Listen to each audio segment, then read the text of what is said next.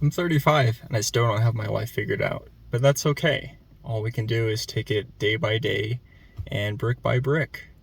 And, of course, there's a nice sense of being financially stable, but there's always going to be some kind of disruption in life that may throw us off track.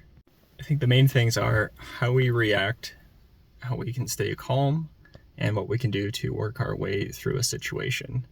Hindsight's always going to be 2020, of course, but we don't always have that. Now, if you do have a day to think about something, sometimes that's all you need to really, have an answer to a solution or really think about how to approach a situation.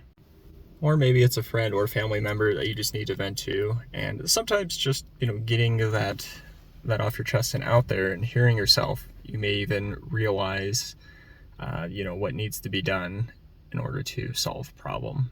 But like I said, hindsight's always 2020. You're always going to think of better solutions afterwards, which is okay. We can't all have the answers on the spot at any given time. That's just not how most of us are built.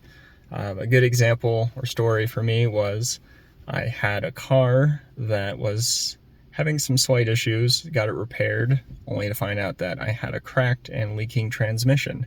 Now, the car was covered under a warranty with my credit union, but the issue was that, getting it to a place, it would take weeks to repair. I wasn't really sure how to go about all of that, as a young adult, especially in terms of having like a replacement vehicle, like how was I going to get to work, all of these other things that kind of race through my mind. And so I had them top off the fluid, which they mentioned would last a bit before it just run out again, and I have to get that topped off again. Obviously that's not going to solve the problem for me.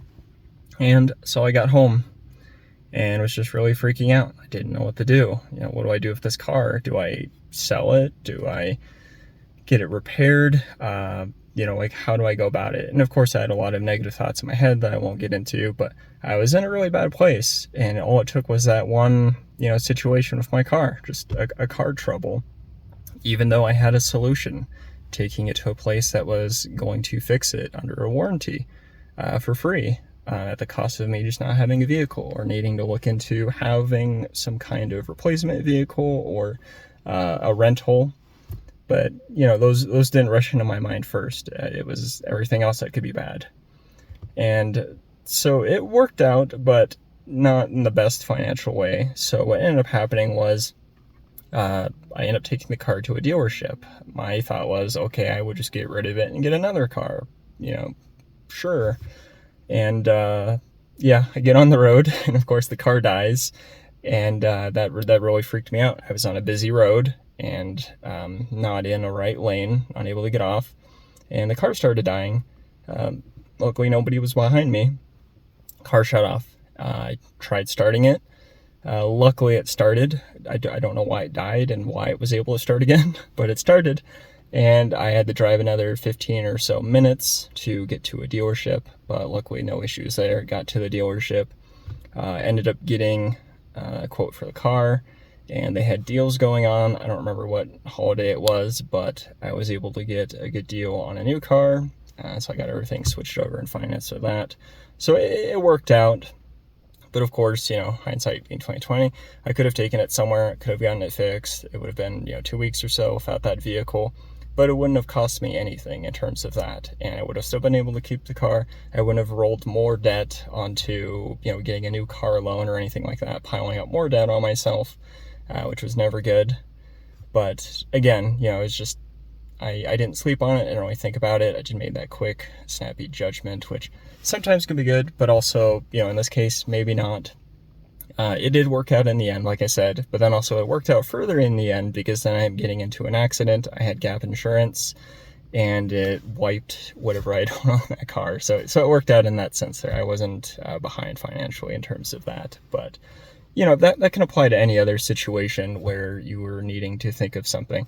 When I first got into Pokemon collecting and started an Instagram account, I saw some cards I was interested in that were, hundreds of dollars or thousands, but they were really cheap. And I was like, man, this is a really good deal. I could buy these for myself, or I could flip them, do whatever with them really.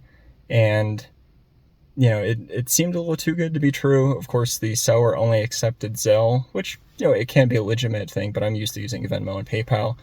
So that kind of set off a red flag for me. But again, it's an accepted payment method. I have friends that use Zelle and stuff like that. But for me personally, I do not use it. And yeah, so, you know, for me, that was kind of a red flag personally. And then the fact that the cards were so cheap. And I was going to pull the trigger and buy the cards. And I was like, you know what? I'm going to sleep on it for a night. And so I did. And the next morning, I woke up. I saw a notification that said someone had commented saying it was a scam. Of course, that comment was gone, but luckily the notification still showed on my phone. So I was like, huh, interesting. I could see that user's name. So I reached out to them and they're like, hey, you know, some tips when you're looking online for, you know, buying things, especially on Instagram for like sellers doing claim sales and stuff.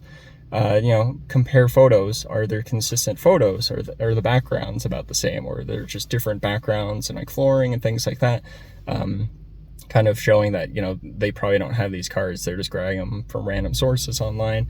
Get timestamps or at least like a photo of their name on paper showing that they actually have the cards. Ask for other photos or updated photos that also include those timestamps to show that they legitimately have these cards. Things like that, which, you know, really helped me in a way. And I was happy I was able to sleep on that decision for a night before jumping into it. And yeah, as you can see, it really applies to anything, but you know, some decisions aren't going to be like that. Some do need to be a little bit quicker, but you know, definitely stay cool, calm, collect, and composed in terms of making decisions, even being in management for a bit. You know, sometimes people would come to me and they would want a decision right away. And you know, if it didn't need to be immediate, then you at least want some context, right? They at least owe you that before you're kind of jumping into something like that, so you understand the bigger picture and can think about it. And of course, then you have more than one person in terms of getting a decision. That definitely can help because you're at least bouncing ideas back and forth or hearing yourself out as you're talking about it, which can really help you make those kind of judgments and calls as needed. So but yeah, that's gonna do it for this one. Just another quick car chat while I'm waiting for my kid to get out of school. So stay safe, stay healthy, and I'll see you in the next video.